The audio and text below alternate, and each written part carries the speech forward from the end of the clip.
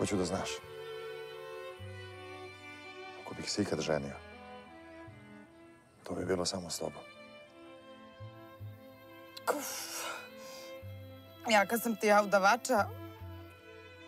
Vera! Kasnim već, Anđa me čeka. Ovo je Milivoje. Milivoje Perović, doktor prava.